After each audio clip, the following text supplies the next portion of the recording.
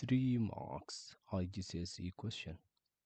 The question gave us some line here, and the line is called L. And the question asks to find the equation of this line. You can pause the video and try it yourself. So, to write the equation, y equals mx plus c, we need to find two things. C, which is the y-intercept, and m, which is the slope or the gradient. It's the same thing. So we need to find these two. Let's start by the easy one, the y-intercept. The y-intercept is where the line crosses the y-axis, where the line crosses this. So the line crosses the y at this point, which is 1. So now we know our equation is going to be y equals something x plus 1. So we got this part.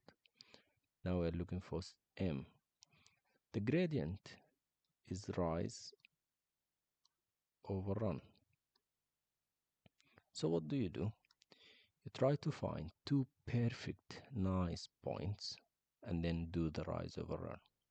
I'll choose this nice point here and this point here. So how many steps do we rise? From here to there, we just rise 1. How many steps do we run? 1, 2. So it's 1 over 2. But then this line lays to the left. So this is a negative half. So our nice answer is just negative half x plus 1. And we finished. That's the 3 marks. So that's it. Negative y equals x plus 1.